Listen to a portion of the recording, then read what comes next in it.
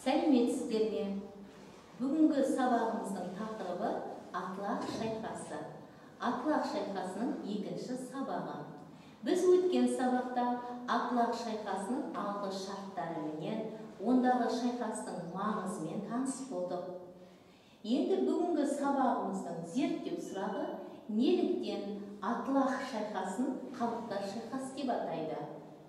Оқу мақсаты Атлах шайқасының тарихи маңызын талдау, көшпелілердің әскери өнеріндегі жетістіктерін сипаттау. Бүгінгі сабақта Атлах шайқасының тарихи маңызын талдаймыз, Атлах шайқасының салдарын анықтаймыз. Арабтар үшін жетісудың маңызды ерекшелігі зор болды.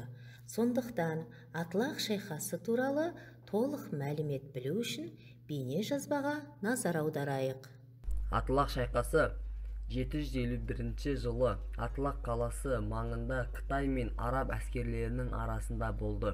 Бүгінге дейінгі кейбір деректерде ислам дінінің таралуын жазушылар, мәдениетін зерттеушілер, Орталық Азияның тарихы ірі өзгеріске ұшыратқан оқиғаны өздерінше басқашалап жазып кетіпті. Олардың пікірінше, бірінші ислам қылыштың күшімен тартады, екінші түріктер қорқанынан мұсылман болды. Үшінші, талас соғысынан кейін түркілер амалсыз мұсылман болды. Төртінші, түркілердің көне діндердің кейбір үгіттері ислам дініне ұқсас болды деген сияқты, және тағы басқалары. Жетінші, 8-ші ғасырларда Орталық Азияның тарихында түркі тайпаларының өз-өздерімен соғысып мықты болған мемлекеттер жеке-жеке бөлініп кетіп, әлсіреп тұрған болатын. Міне осындай кезде сәтті пайдаланғысы келген Қытайды билік етіп отырған Таң империясы жетісуды кейбір аймақтарын басып алған. Бірақ шекарасының кеңеюі өте мықты қарқынмен дамып жатқан Умәйю халифатының орнына келген Аббаси халифатының алғашқы ірі жетістіктері болып саналатын. 751 жылғы Атлах шайқасы бүкіл Орталық Азияның тарихи, мәдени және саяси картасын өте қатты өзгерістерге ұшыратуға себеп болды.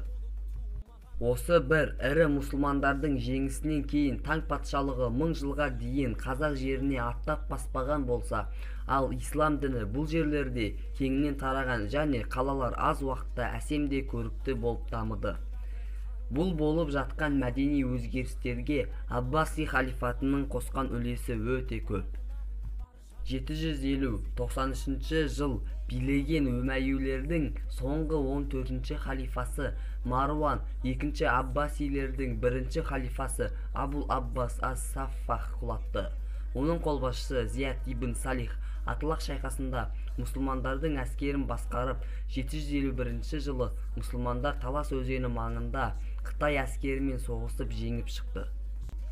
Осының нәтижесінде Бағдатта, Мысырда, Мароккода және Испанияда қағаз өндірісі ашылды. Арабтардың папирусқа қарағанда жасалуы арзан әрі сапалы қағаздарды шығаруды, үйренуі кітап шығаруды оңайлатты. Бүкіл Орталық Азияның саяси тарихын өзгерткен осы бір соғыс ғылымның да дамуына үлкен септігін тигізгені шындық. Білім иелерінің түрлі жаңалықтар ашуына, мыңдаған кітаптарда жазуына, осы бір соғыста түркі тайпаларының арабтар жағына өтуі маңызды оқиғаның бірі. Ислам діні тек қана таралумен шектелмей, Орталық Азия мен Қазақстан қалаларын келешекте өркендеуіне жол ашып берді. Өйткені бұл дінмен қатар ғылым мен архитектураның даму ережесі де айтарлықтай болды.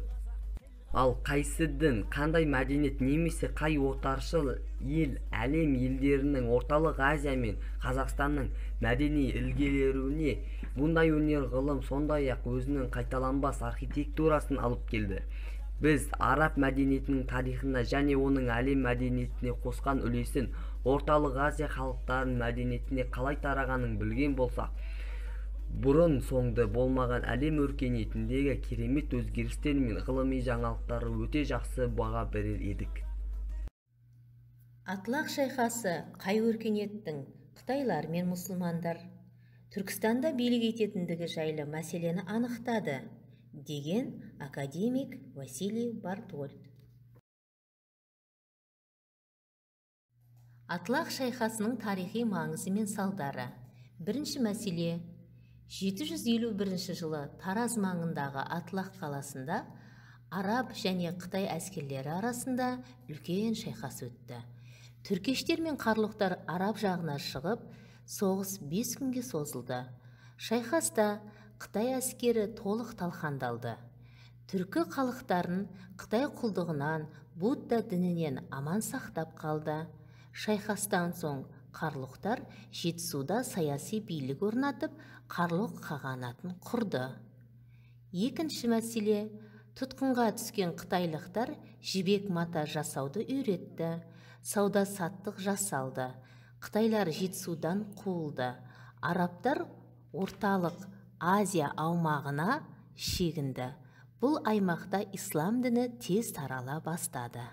Үшінші мәселе, Атлах түбіндегі шайқастан кейін түркілер арасына ислам мәдениеті кеңінен енді.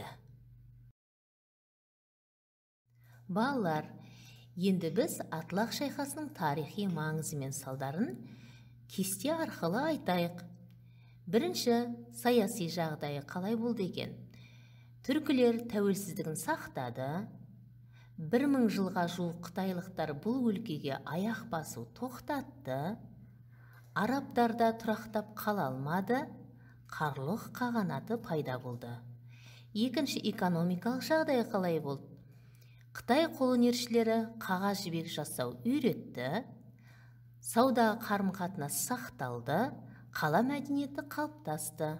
Ал мәдениеті ислам мәдениетін жақындады. Ислам діні таралды. Араб жазуы таралды. Ғылым әдебиет дамыды. Әл-Фараби, Ибн Сина, Әл-Бирунидің еңбектері жарық көрді. Тапсырмаға көшейік. Атлах шайқасының тарихи маңызы мен салдарын анықтау. Суреттерге қарап, пирамидада берілген тапсырманы орындаңыз. Дескрипторге мән берейік. Білім алушы Атлах шайқасына қатысты 5 тірек сөз жазады. Атлах шайқасының тарихи маңызын сипаттайды. 3 сөйлемнен кем емес. Атлах шайқасын 1 сөйлеммен қорытындылайды. Орындап болсаңыздар, тапсырманың жауабын өз жауаптарыңызбен бірге салыстырып көріңіздер. Атлах шайқасының тарихи маңызы мен салдарын анықтадыңыздар. Пирамидада берілген тапсырманы орындадыңыздар. Бірінші сұрақтың жауабы: арабтар, Қытай, 5 күн, қаған, саманилер әулеті. Екінші сұрақтың жауабы: 751 жылы Тараз маңындағы Атлах қаласында араб және Қытай әскерлері арасында үлкен шайқас өтті. Түркештер мен қарлұқтар араб жағына шығып, соғыс 5 күнге созылды. Шайқаста Қытай әскері толық талқандалды. Үшінші сұрақтың жауабы: Атлах түбіндегі шайқастан кейін түркілер арасына ислам мәдениеті кеңінен енді.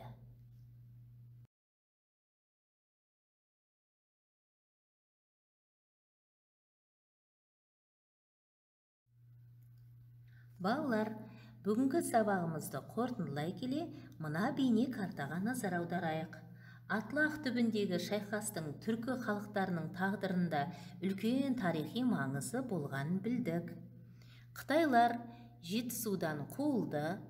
Арабтар орталық Азия аумағына шегінді. Бұл аймақта ислам діні тез таралды. Атлах түбіндегі шайқастан кейін түркілер арасына ислам мәдениеті кеңінен тарады. Міне балалар, біз сабағымызды 2 сағатқа берілген Атлах шайқасын кеңінен түсіндік. Сіздерді жақсы түсінді деп ойлаймын. Сабағымыз аяқталды. Жарайсыздар, сау болыңыздар.